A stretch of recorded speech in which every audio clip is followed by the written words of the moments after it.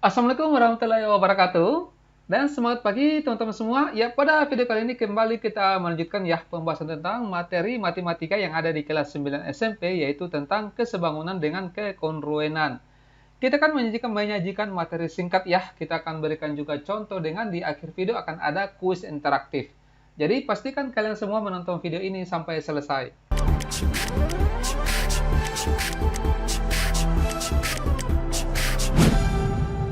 Ya, namun sebelum kita melanjutkan materi, saya berharap kalian semua mensubscribe terlebih dahulu channel ini ya, serta memberikan tanda jempol suka sebagai bentuk dukungan kalian terhadap channel One Tentor.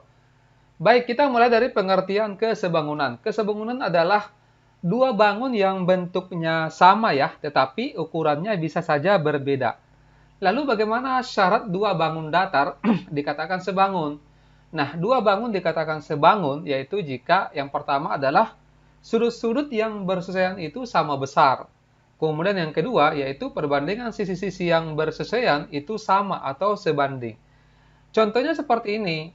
Misalkan ya, di sini ada, ya mungkin kalian semua pernah ya mencetak foto, ada yang ukuran 3x4, ada yang ukuran 2x3, ada yang ukuran 4x6. Itu semua adalah contoh dari bangun yang sebangun, yaitu ada foto yang agak lebih besar dan yang lebih kecil, tetapi ukuran atau perbandingan sisinya itu sama, ya.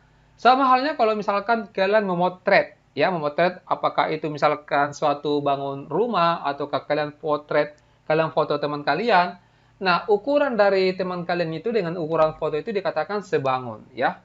Nah, kalau kalian masih ingat materi yang di kelas 7 itu skala, itu dia mirip-mirip kurang lebih seperti itu. Nah, kemudian misalkan kalau kita lihat di konteks matematika ya, nah misalkan begini segitiga kecil dengan segitiga besar yang memiliki bentuk yang sama. Dua segitiga sama sisi, ya ada yang kecil ada yang besar, itu sama. Contoh yang lain juga misalkan lingkaran atau persegi, ya itu bisa dikatakan sebangun. Nah, kemudian dua persegi panjang dengan panjang dan lebar juga yang sebanding, itu bisa dikatakan juga sebagai sebangun.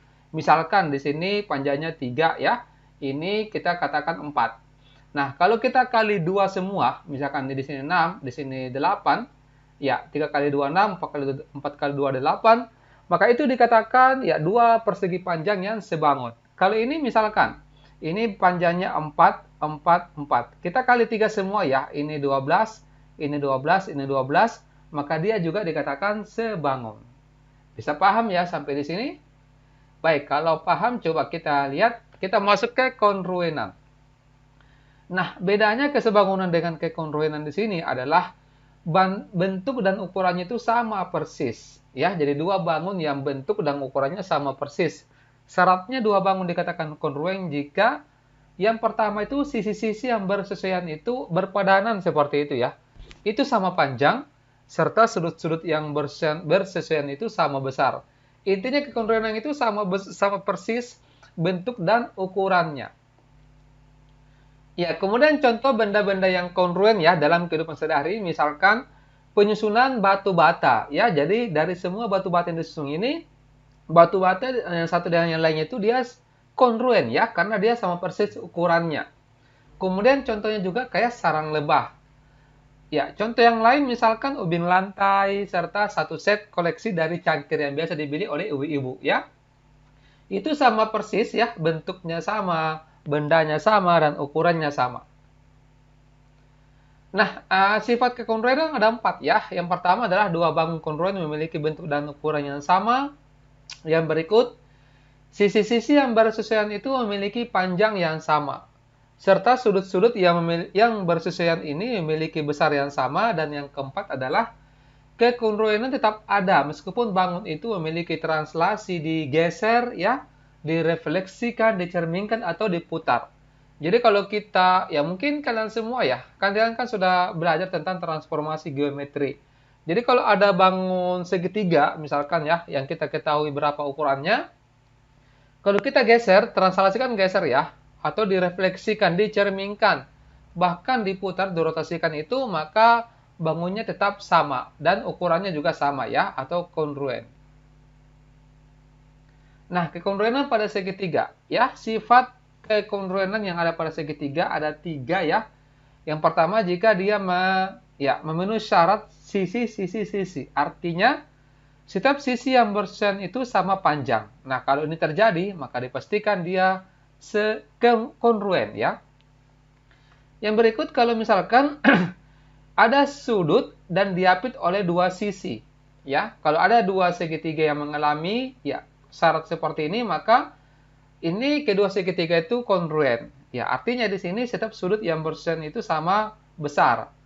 Serta sudut sisi sudut. Nah, di sini atau bisa dikatakan luas keduanya sama, maka segitiga itu kongruen. Nah, kekongruenan pada segi 4 ya jika setiap sisi yang bersisian itu sama panjang, ya. Ya, bagaimanapun posisinya. Kemudian sudut-sudut yang bersisian itu sama besar. Nah, kekongruenan dalam kehidupan ya, ini banyak dijumpai dalam kehidupan sehari-hari. Tadi kita sudah sebutkan 4 contoh.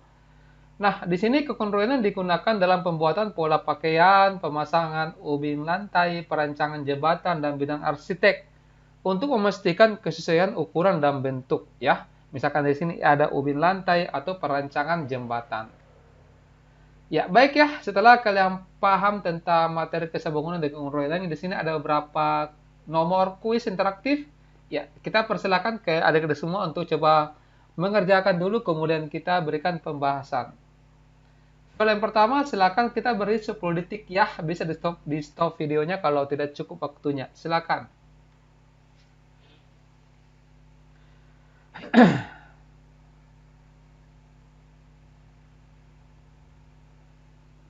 Ya, waktu habis. Apa jawabannya di sini? Nah, dua bangun datar dikatakan sebangun jika jawabannya adalah B, ya, yaitu semua sudut sama besar dan sisinya sebanding. Oke, benar ya. Next, nomor 2. Silakan.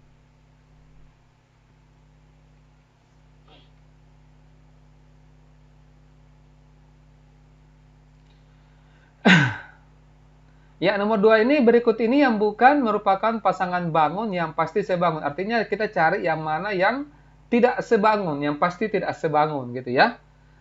Jawabannya di sini adalah yang dua belah ketupat. Alasannya di sini mungkin bisa saja sisinya itu sama ya, perbandingan sisinya itu sama, tetapi sudutnya bisa saja berbeda ya.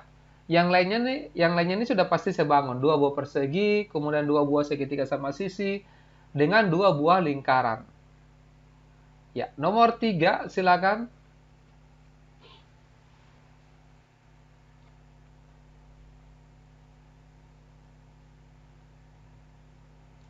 Ya, jawabannya di sini adalah Charlie ya, yaitu 10 cm. Coba kita hitung ya, coret-coret. Nah, di sini kan dikatakan ukurannya itu 6 dikali dengan 4, gitu ya.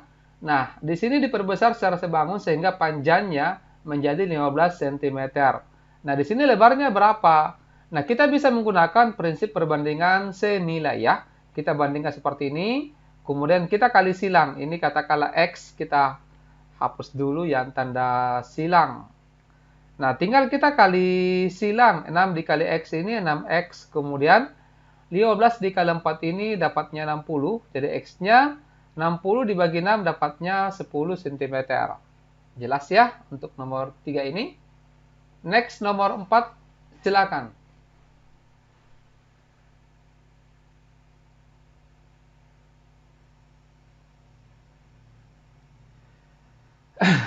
Ya, jika dua bangun kongruen, maka sisi-sisi yang bersisian itu memiliki panjang yang sama. Ya, jawabannya bravo ya. Next, nomor 5, silakan.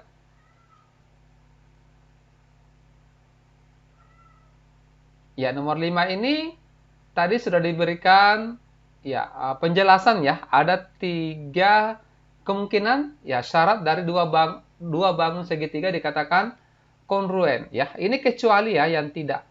Berarti hanya memiliki jumlah sisi yang sama ya. A, B, C ini adalah syarat dua segitiga dikatakan kongruen. Nomor 6 silakan.